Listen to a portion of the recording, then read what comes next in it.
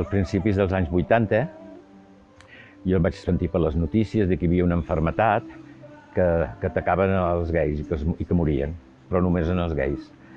I que a San Francisco es havia aixecat l'alarma. I jo vaig pensar, bueno, això està molt lluny d'aquí.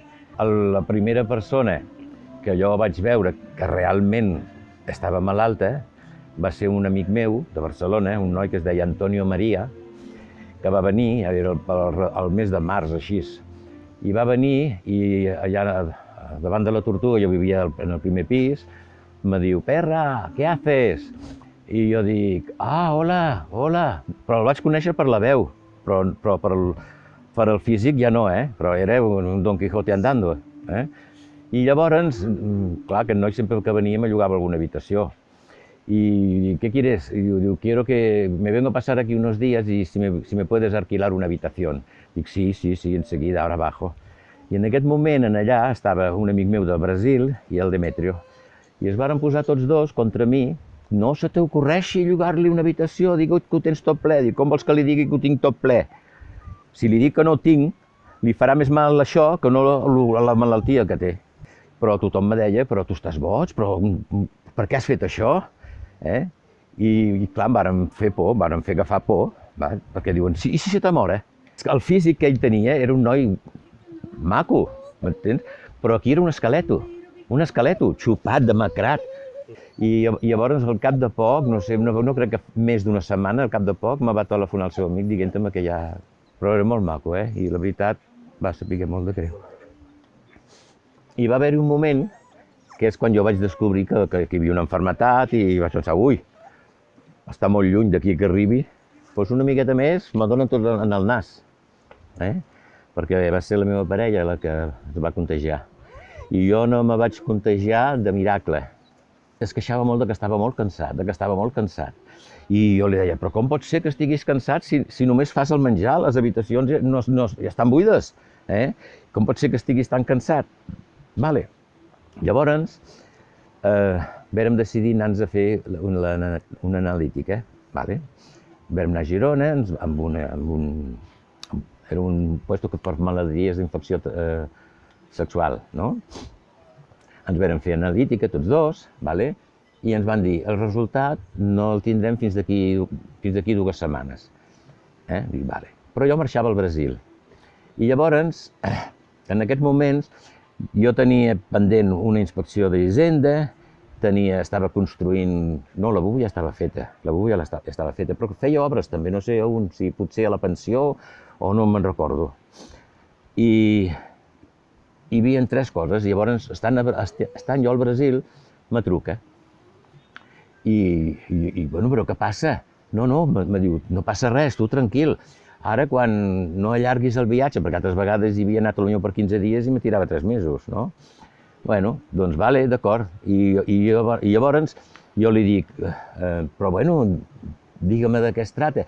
No te preocupis, que ja t'ho explicaré quan vinguis i tal i qual. Bueno, diu, no, és sobre mi, no passa res. No me va dir res, saps? Bueno, llavors jo vivia a la Bubu i ell vivia a la Tortuga. I el dia que jo vaig arribar de Brasil, resulta que el telèfon de la Tortuga i el de la Bubu, quan algú ens trucava, sonava a tots 2 puestos. Bueno, jo quan arribo, el meu soci estava fent obres a casa seva i el vaig anar a veure. I llavors el meu soci m'ho va dir. Diu, mira, ell ha anat a buscar els resultats i té el SIDA. Mare meva. Bueno, me diu, no vagis ara a la Tortuga perquè si vas així encara l'espantaràs més i així, vale. Bueno, doncs res, vale. I me'n vaig ja a veure si se me passava, però no se me passava. Amb això que sona el telèfon i el que va trucar era un noi de Calella, un amic nostre també, que ja tampoc hi és, també per lo mateix, no? I al despenjar el telèfon, clar, el Demetri també hi era. Va veure que jo ja havia arribat. I diu, ben, ara quan això és ben. Bueno, vale. I me'n vaig cap allà. I m'ho va explicar. Pues saps una cosa? Me consolava més ell a mi que jo a ell. En el veïnat, on jo tenia el bar La Tortuga, per part dels veïns, quan se'n varen enterar, el Demetrio era molt estimat. Era molt, molt estimat, es feia estimar molt per tota la gent. Però el Demetrio la va suportar bastant, la malaltia. I inclús amics meus que parlaven amb mi, com va el teu amic? Jo, doncs mira, va bé. I jo crec que va durar quasi un any, des que li varen detectar fins que es va morir. I molts me deien, ja amb el temps, poder estar fent front al virus o així. Però no se li veia malament com l'Antonio María. L'Antonio María és que era un esquelètic tot. El Deme tenia les taques en el cos o així, però després amb els retrovirals li anaven desapareixent i com que ja portava quasi més d'un any, hi havia esperança, semblava que els metges s'ho havien equivocat, m'entens? Jo tenia uns escrits del doctor Josep Maria Capdevila, era un metge, molt bon metge, que aquest metge funcionava a locals d'ambient a Barcelona i donava xarles prevenint als gais que de moment l'única solució possible era l'ús del preservatiu. Aquí la sanitat, aquests temes eren, amb tots els tractaven era a Barcelona i a l'Hospital Can Ruti. Sí. A Barcelona també hi havia un metge, ara tampoc me'n recordo que un dia, després d'aparcar el cotxe, anàvem caminant a l'hospital i el doctor Capdevila, quan ens va veure, diu, on aneu? Diu, espera't aquí. Va anar de seguida a buscar una cadira de rodes i amb la cadira de rodes, clar, perquè quasi no podia caminar.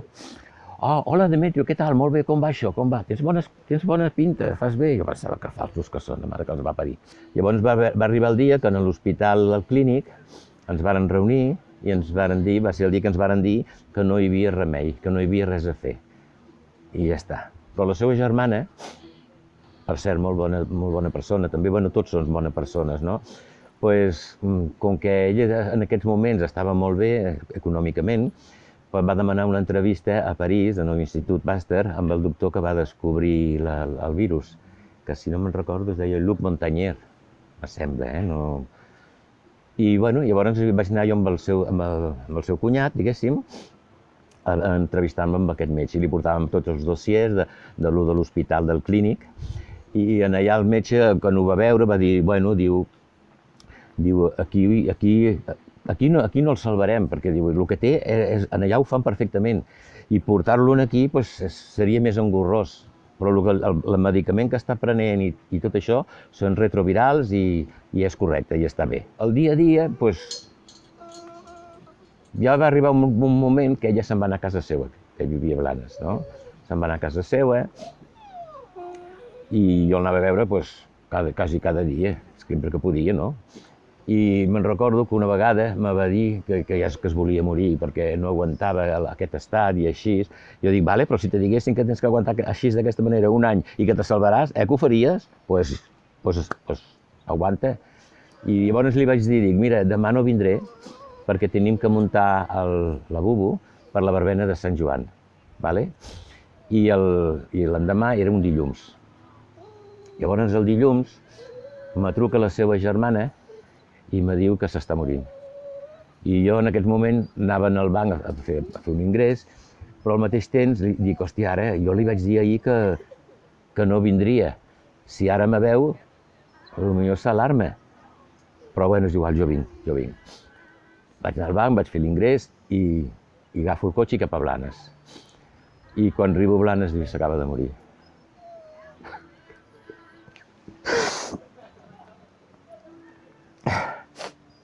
Després me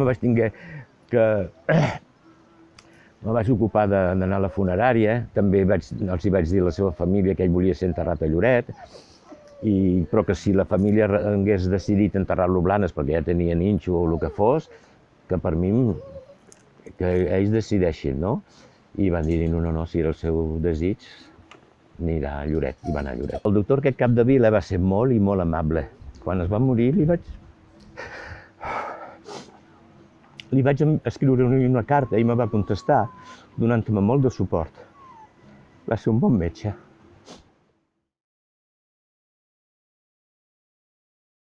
Jo en el bar tenia uns lletreros que posaven, eren articles de diari, de revistes, en anglès, en espanyol, que tinguessin cuidado, que l'única prevenció que hi havia contra això era el preservatiu. I dues d'aquestes persones, no posis això aquí, que quan vingui la gent i vegin això s'espantaran i no vindran, com si el turisme s'anés en orri per això. Jo dic, no, em sembla que ho tenen que saber. Sí que hi havia por, clar que hi havia por, però tampoc una por terrible, no sé, hi havia por, clar que hi havia por.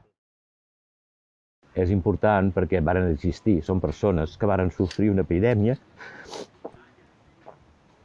i que els familiars